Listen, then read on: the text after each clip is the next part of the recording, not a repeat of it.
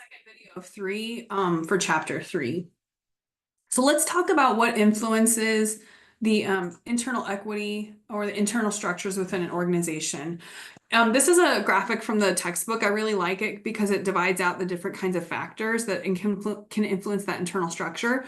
So we talked about the internal structure at the very bottom in the last video, where there are differences in terms of the pay structure for the number of levels, the differentials between levels, and the criteria that are used to determine the different pay within the organization. So things like job and job title versus skills and competencies. In this video, we'll talk about the external factors and the organizational factors that influence that pay structure and that help create and shape it within each organization. So we have a lot of economic pressures that are constantly going on, and this will also be what influences the external equity within an industry, and when we talk about that in the future.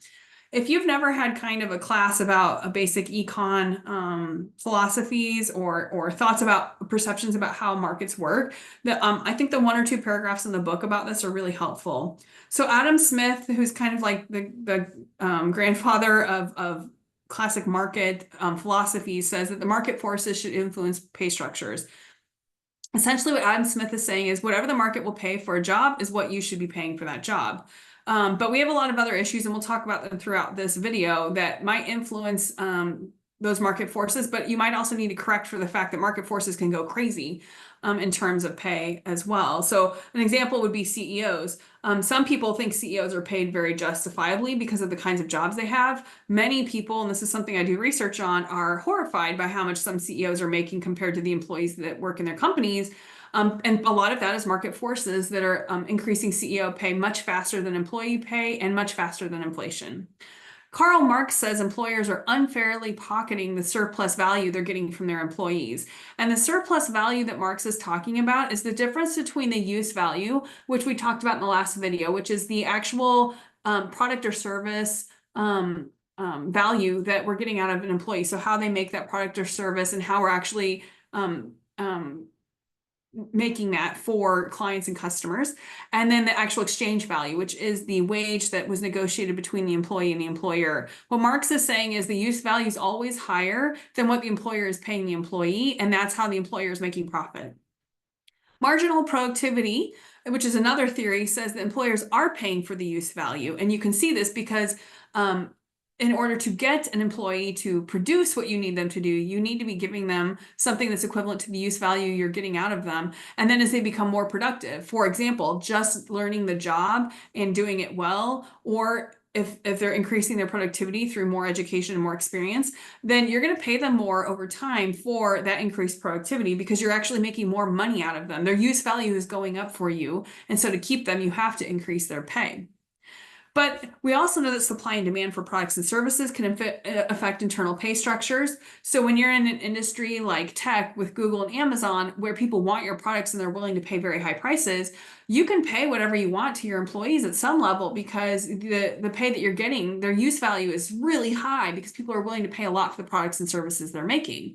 But if you're in an industry that's kind of dying off or technology is changing it, where that use value is actually going down or shrinking for employees, you don't have the liberty to just pay whatever you want for those employees now, because that use value, when it gets to some level, you may not be able to afford the employees or at least continue the pay that they've been used to within your organization. And so that does matter, and you may need to change your pay structure. We also have government policies and regulations that affect internal pay structures. And this is actually what we're going to focus on next week in chapter 17. For example, the Equal Pay Act and the Civil Rights Act require equal pay for equal work.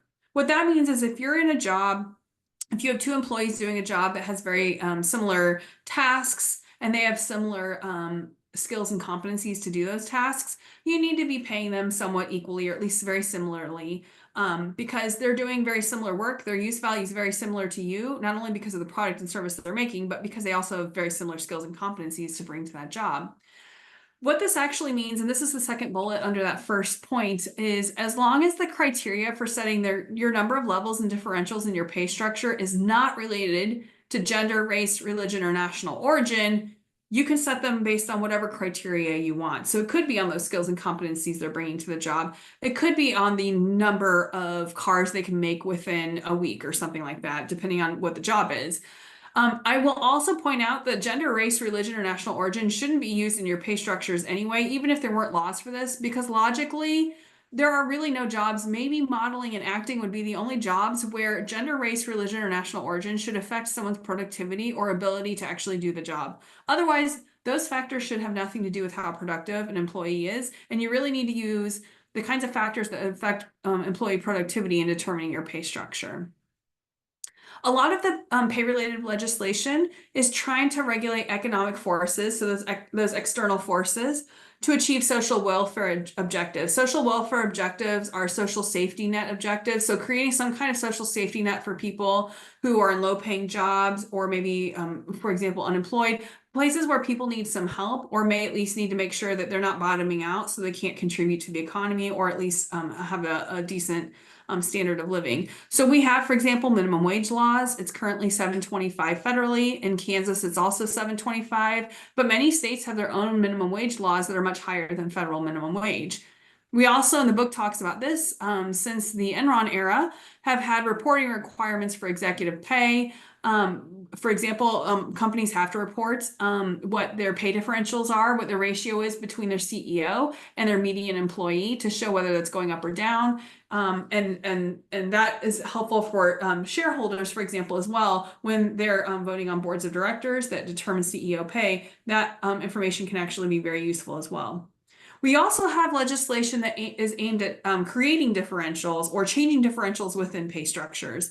So something like living wage regulations, which some US communities, mostly cities, have, where they say that the minimum wage within their community has to be what they call a living wage. And it's often much higher than minimum wage. But the idea is that the cost of living in that community is so high that every employee should minimally make some a higher amount of money than the minimum wage in order to be able to live in our community and contribute to our community in the job that they have.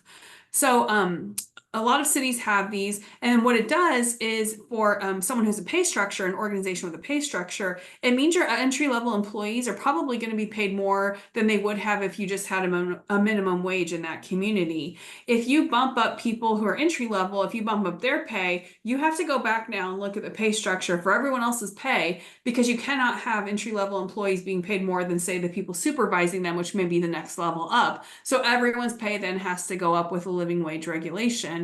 And that is something that changes the differentials within the organization, often makes them much smaller. We also have external stakeholders such as unions, stockholders who own shares in the company, and then political groups who have a stake in how internal pay structures are determined.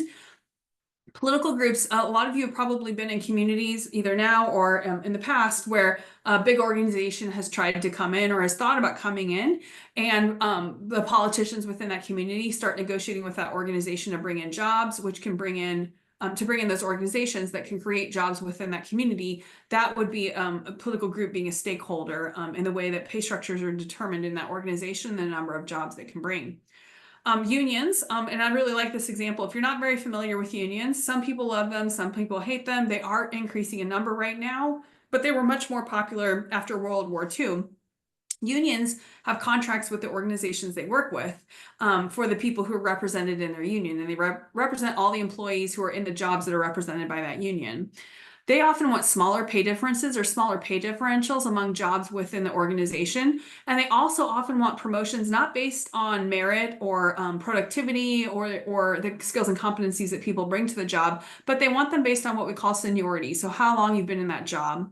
And the reason they want this is they want solidarity among their members, and they're also trying to create some stability and security for their union members. So if you're in a union, if you're in a lower wage job or an entry-level job, you're likely going to get paid more than you would in a non-union organization.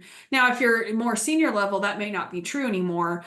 You also have the ability, if you stay in that job and stay loyal to that organization, you may, because of seniority-based promotions, end up in management or leadership in the future. And it's really just a matter of time for doing that. Some people think that motivates employees, some don't. Unions have been successful in many industries, but they're not very prevalent in most industries in the US. We also have cultures and customs that will affect our perception of what is considered fair pay differentials. This could be national cultures, which is what the book I think mainly focuses on. So something like if you're in the US versus Eastern Europe, where pay is much lower. The pay differentials that we have in the US may be much higher because we just pay more to most employees than they will be in Eastern Europe. So what is appropriate for us maybe much higher than what might be appropriate for someone in, say, Romania, who is working at the same job in a similar organization.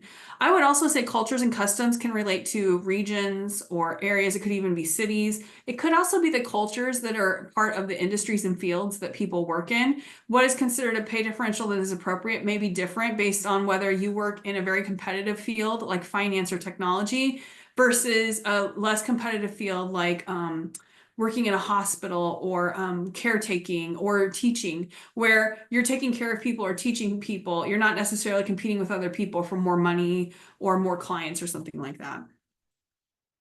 We also have organizational strategy and human capital that can affect pay structures. So a lot of organizations will create pay structures at some point in time that aligns really well with their organizational strategy. But what many organizations forget to do is, as they're updating their organizational strategy, and organizations review these strategies every quarter up to every few years, as they're changing them to align with the circumstances in which they have to compete, they sometimes don't remember to change their pay structures, which can be a problem because it could mean the pay structure worked really well when you created that strategy, but it doesn't really help you with meeting your organizational objectives in the future when those objectives have changed, but you didn't change the pay structure. So what you really want is a pay structure that's aligned with your strategy, your organizational strategy and objectives, but is adaptable so that it can be changed in the future as those objectives and as that overall strategy is changing.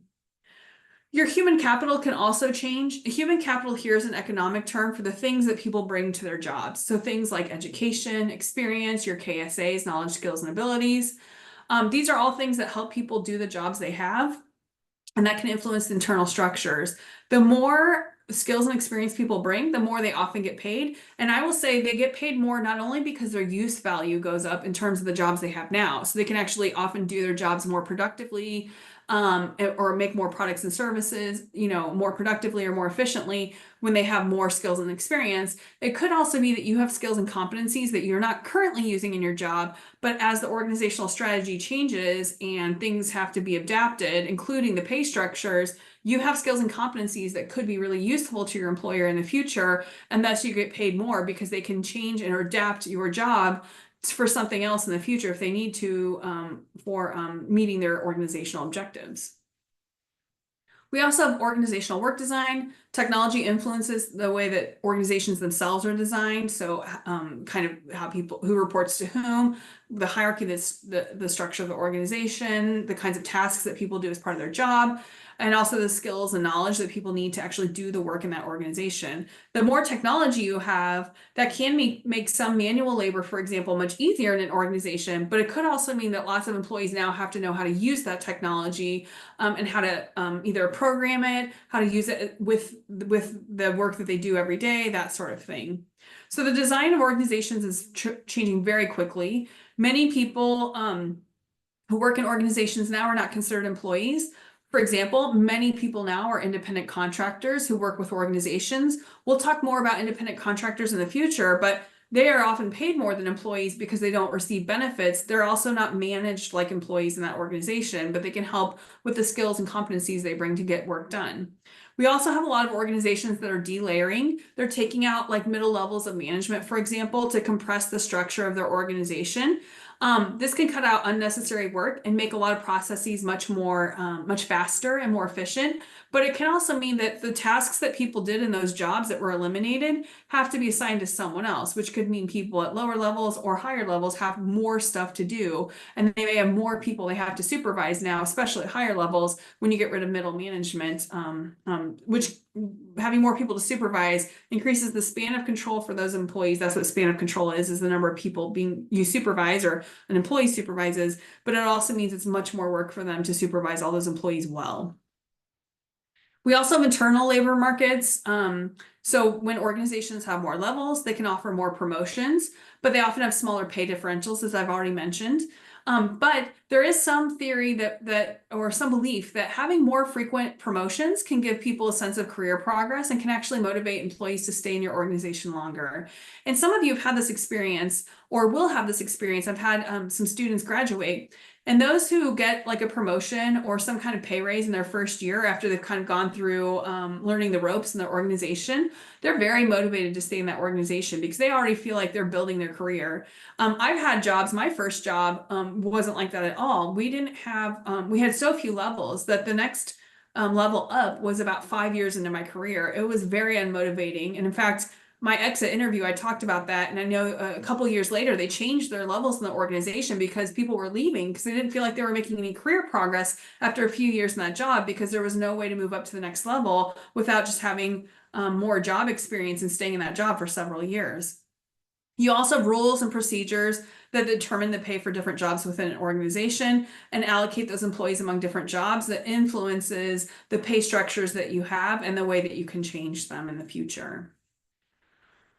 A really important aspect of our internal structures is employee acceptance and how fair they perceive those structures to be. So we call this justice. So there are different kinds of comparisons that employees are making to determine the justice or the fairness of the system that they work in. They might compare their pay to other people in their similar position in the organization. They may compare their pay to other people in the organization who aren't in the same position.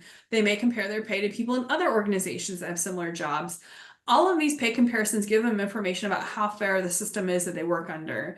And there are two kinds of justice that our book talks about. There are more than this that exist in the world, but these are the two in this chapter.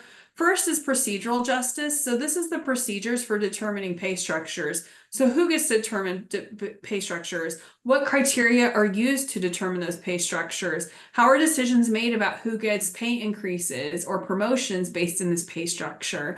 That sort of thing. Procedural justice is also concerned with how transparent those criteria are or how those decisions are made to employees. If you have a system that's fair, but employees don't know how because it's not transparent how those decisions are made, that can make it look unfair, even if the way that it's determined would be considered fair to employees if you told them. The second kind of justice is distributive justice. These are the results of these procedures. So how much employees are actually getting paid or how much those bonuses are worth. Our book talks about, although distributive justice is really important, and you may think that's more important, actually procedural justice is what motivates employees. Even if their pay is quite different from someone else's, if they understand how those decisions were made, it makes it easier for them to accept the decisions that were made, but also gives them information about if I want to increase my pay, here's what I have to do in this system because I know how the decisions are made and the criteria that's used in those decisions. And so procedural justice can be very motivating for employees because they can see how they can shape their future and the pay that they get with what they know about how the system is made and how decisions are made. You also have pay structure changes that you have to make. And this could be because your organizational strategy changes. It could also be things like a skill shortage. For example, many organizations want people who know about artificial intelligence. I just read about this the other day in universities. There are some universities who are paying hundreds of thousands of dollars for faculty members who do research on artificial intelligence because they're kind of ahead of the curve in terms of the knowledge they have and what they can do with that knowledge on AI.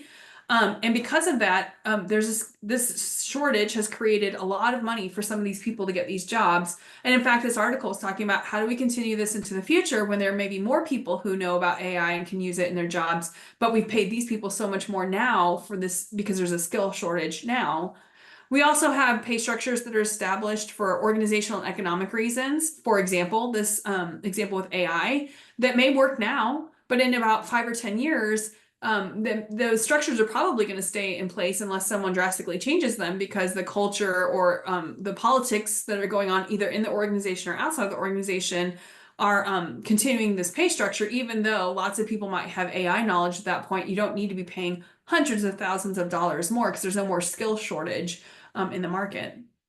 So a lot of organizations have this change and congeal process, which means that a lot of employees will push back on any kinds of changes you make, including changes to the pay structure. That's why people who work in change management, there's lots of consultants that do change management. And a lot of organizations also hire people to do change management in the organization. That's why, because so many organizations, they're stifled by the fact that their employees will not accept change very readily. And they need to continue to change because the market's changing, the economy is changing, technology is changing. They have to change their organizational strategy, but that also means you have to change things like your pay structure as well.